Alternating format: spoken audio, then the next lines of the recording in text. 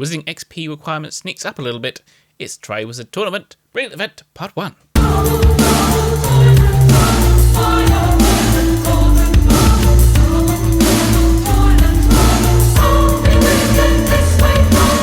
Welcome, magical people. Okay, it is now 2021. 2020 has gone.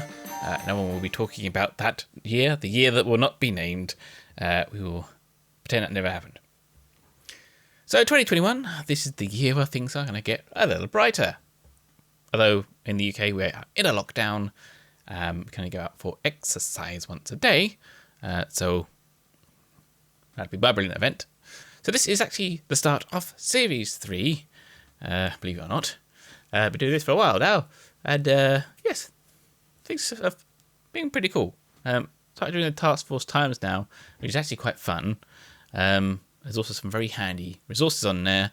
So if you are forgetting what your next set of tasks are, check out the Taskforce Times as a event quick reference guide, which is just a very basic information and very useful information as well. And also the surveys by Sigan will also be on there as well. There are links to those. So yes, do fill those in. They are fed back to Niantic. So if you're having trouble with the great spell casts, that is the survey to fill in. So the big plan for 2020 for this channel went completely wrong. The idea was to meet up with various Wizards Unite groups around the country and go to various filming locations, go to London and all that sort of stuff. But no, can't do that.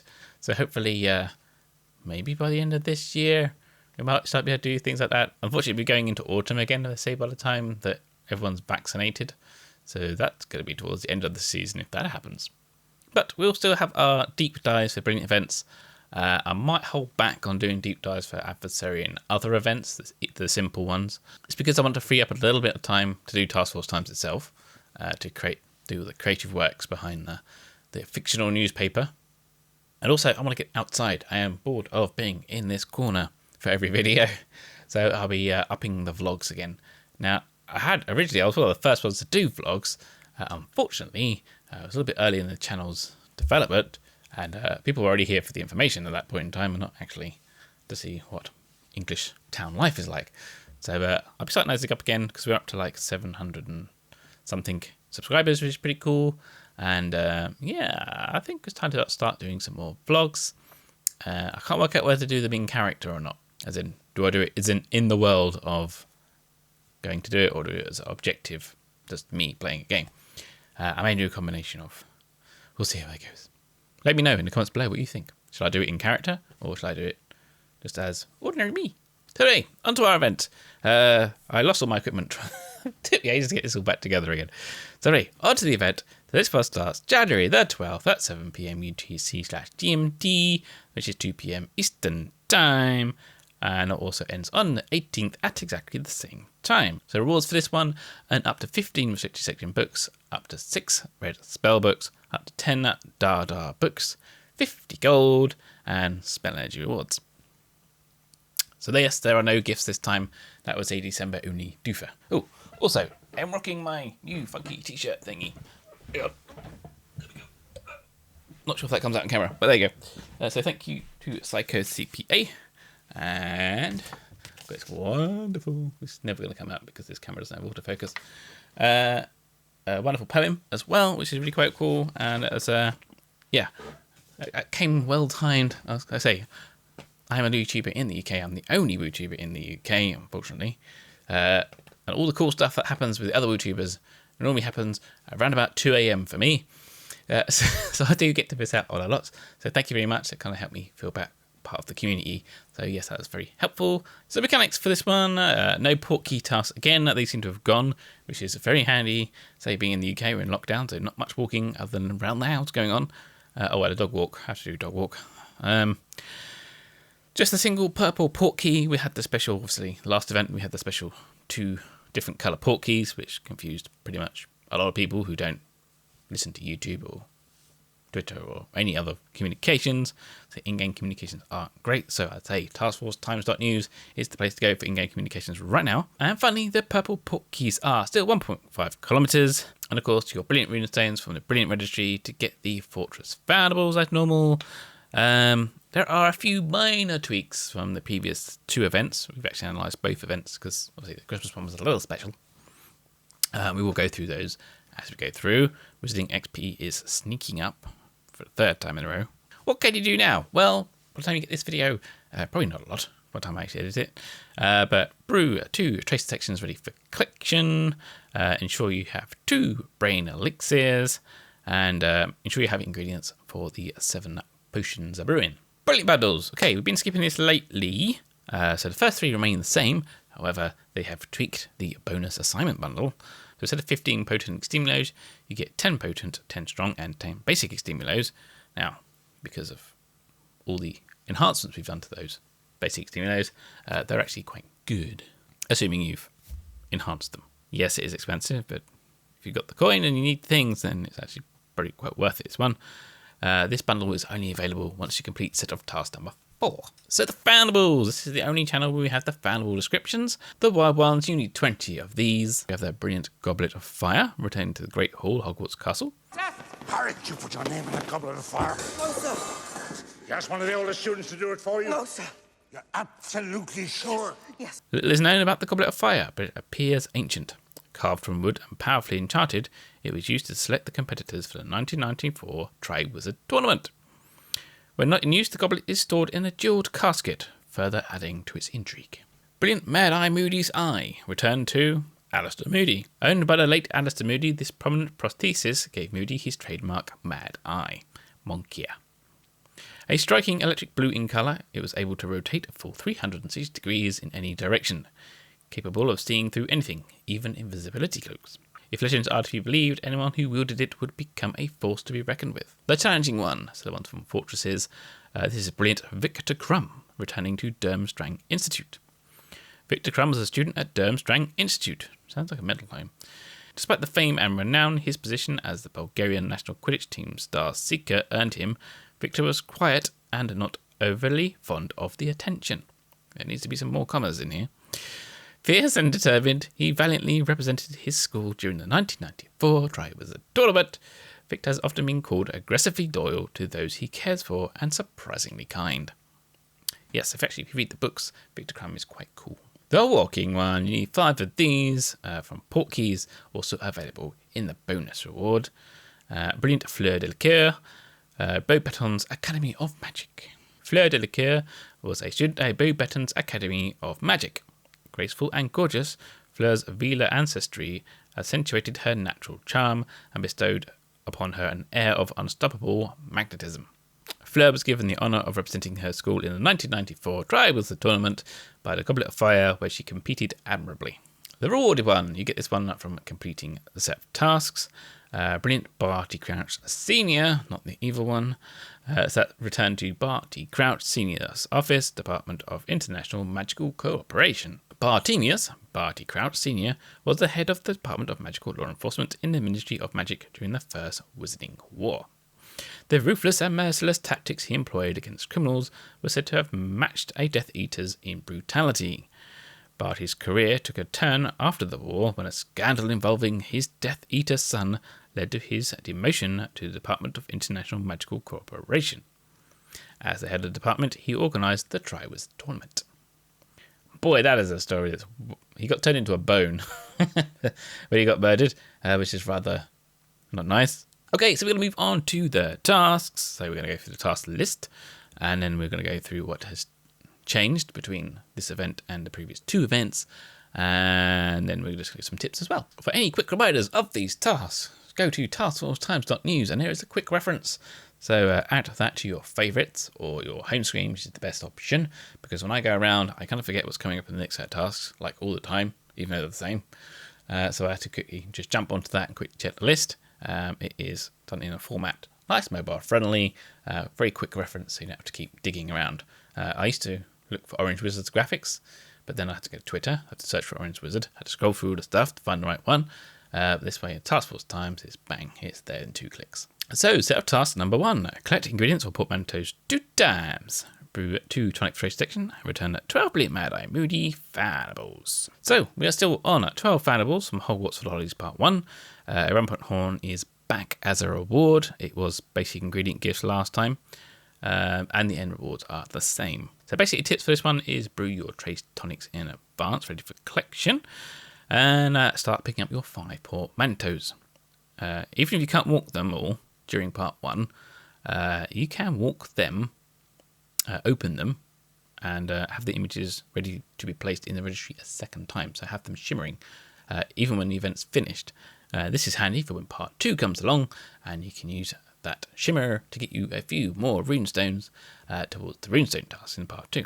You could also store those port keys, unlock them, and not open them to part 2 to have a chance of getting rewarded some family XP. However, it is quite a way away, and we have a community day in between, and a community day tends to have rather nice port keys that you really want to finish the event with a full stack ready to open. So I won't be doing that. I'll be unlocking them, opening them, and hopefully have that shimmering thing shimmering. So as there is no port key unlocking tasks anymore, you can start walking these port keys right away. Just a reminder, do not visit the Brilliant Registry page until you get the set task 2, because you'll be cashing in on your runestone too early. We don't want to do that. Set task number 2, earn 7,000 Wizarding XP from traces. Use Brufrier's Brain Elixir 2 times. Collect 5 Brilliant Hogwarts for the Holidays runestones, as we just mentioned. So identical to the previous part 1, now you can visit the registry. Don't place things, but just visit the registry and cash in on all XP, collect all your runestones. You should be able to get most of them by now. I find at this point for myself, I will probably get to about 2/3 of them at the start of this set of tasks, so just a bit more collecting to get those. So you need to get 7,000 Wizarding XP from traces, so put a Brain Elixir on and go out hunting for those shards. But while you're out there, you can collect the other brilliant Foundables and then get the last few runestones you will need to complete the task. So as I say, the Wizarding XP might take you a little while, but they're not limited to brilliant traces, so hunt those shards. Don't forget your Brufrier's Brain Elixir. Also, if you're cruising past some inns, put on some triple dark detectors. That will give you the more rarer Foundables, and then more XP as a result. Also, if you see a red shard on your way around, use your Trace Charm to duplicate it and get more XP again. Now, while you visit the Brilliant Registry page, don't forget, do not place those Foundables. If they are shimmering, waiting to be collected, do not do that. You have to wait until the bonus round for that. Set task number 3. Use 5 potions in Wizarding Challenges. Brew 7 potions. Return 15 Brilliant Goblet of Fire Foundables. Slight change in rewards here. We get 2 Dawdle Draft potions instead of 3 Bitterroot. I rarely use Dawdle Draft at the moment, so personally I would prefer the Bitterroot because at the moment it's kind of hard to find. Well, I guess I'm brewing more potent potions because of adversaries, so that's my bottleneck at the moment, but luckily I have an inn down the road, which I use a fair amount. Now, for the brewing potions, Plotter 101 has a great guide on how to brew and brew times and things like that. So there's a link here and also a link in the description. Check that out. Personally, the way I do it, I take a break at this point, and I just use the pewter cauldron. I don't spend any gold on it. Now, for the potions task, normally I say waste healing potions. However, we now have adversaries, and healing potions are actually quite useful right now. So maybe just do some harder chambers and actually use them properly, or use potions properly rather than just wasting them. Set task number 4. Complete 5 Wizarding Challenges with 3 or more teammates.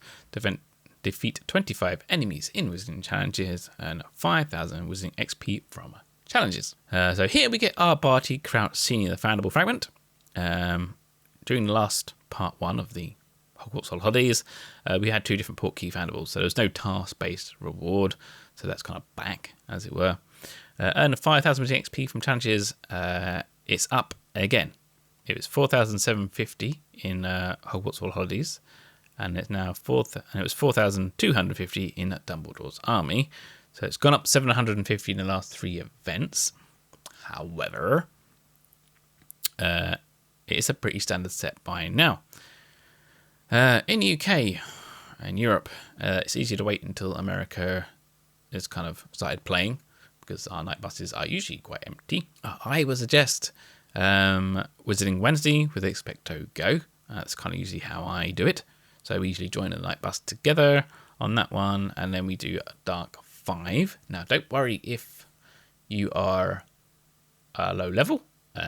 James and Sue are really nice people, and we will get a team together to do forest chambers or whatever if you need it. So at a low level, just give us a shout in chat and we'll sort you out. As a bonus to this, if you have a second device, a second phone, install the game.